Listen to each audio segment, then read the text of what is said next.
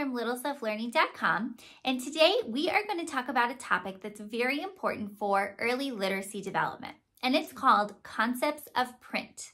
So we are going to focus on this video what concepts of print are and how we can help our little ones develop them so that by the time they head to kindergarten, they are really comfortable with concepts of print and they are ready to learn how to read. So let's dive in. So what are concepts of print? Basically, what we're saying is we want our little ones to start recognizing print in their environment and realizing that that print is representing words. So for example, the first one that many of our little ones are going to recognize is a stop sign. So they see the shape of the stop sign, the color, they see the letters, and they realize that that stop sign means stop.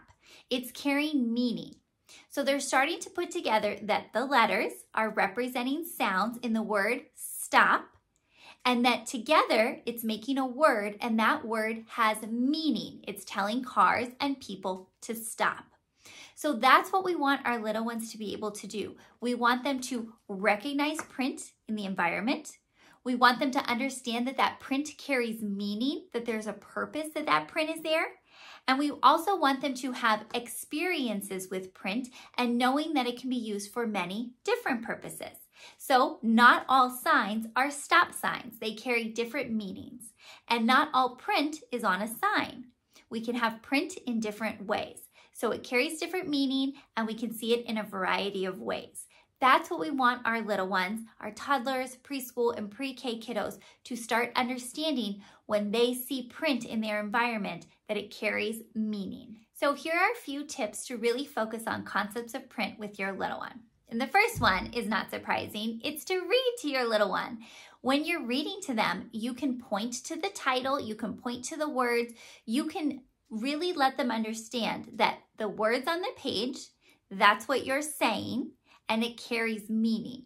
So that they're really relating the speech to the text and the text to the speech, and that it carries meaning.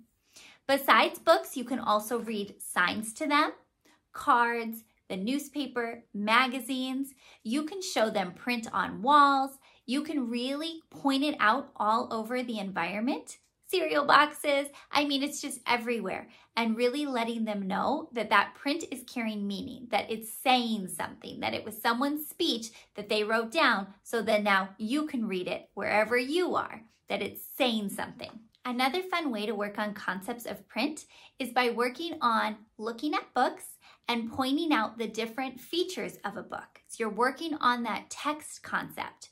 So I have a video I will link down below all about the parts of a book. It's a really cute song that you can sing before you read to your little ones, and it helps them point out the front cover, the back cover, the spine, and the title page.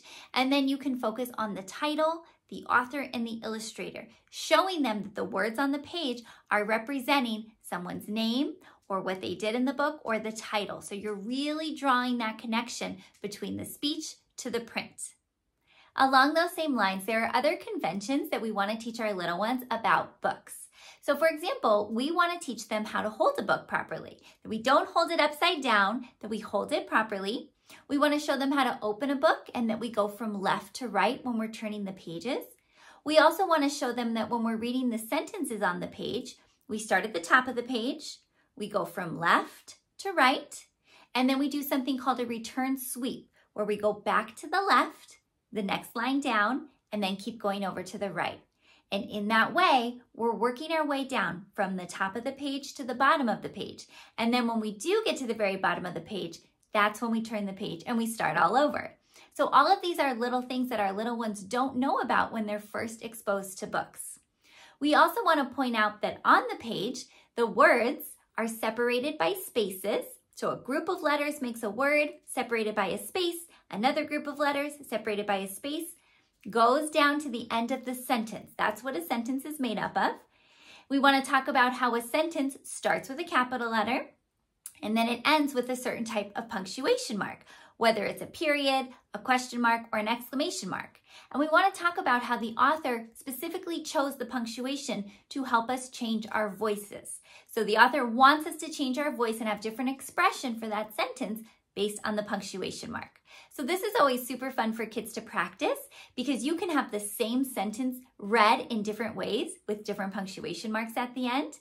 You can also have them read sentences with no punctuation marks and just keep reading, and talk about how the author includes punctuation marks so that us, the readers, can take a break. Otherwise, we would never stop, and we also wouldn't know the correct expression the author was intending when they wrote that book. So punctuation is really fun to work with. This is also a great time to talk about the difference between letters and numbers, because that is a convention that we want our little ones to understand when it comes to print. So all of these little things come together when we're reading books, when we're pointing out features of the book. We can really help our little ones understand these print conventions. Another fun way to do this is to have your little one dictate a story to you.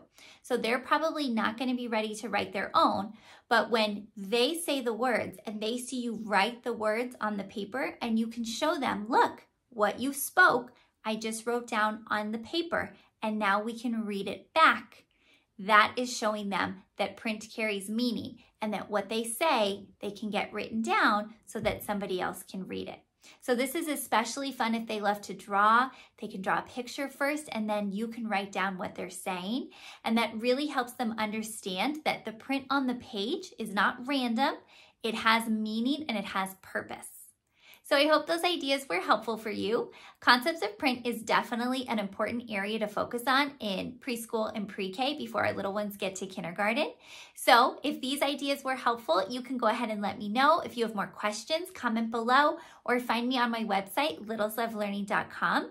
I'd love to help you and support you on your journey to getting your little one ready for kindergarten, whether that's in your classroom or that's at home. Until the next video, hope you have a great day. Bye.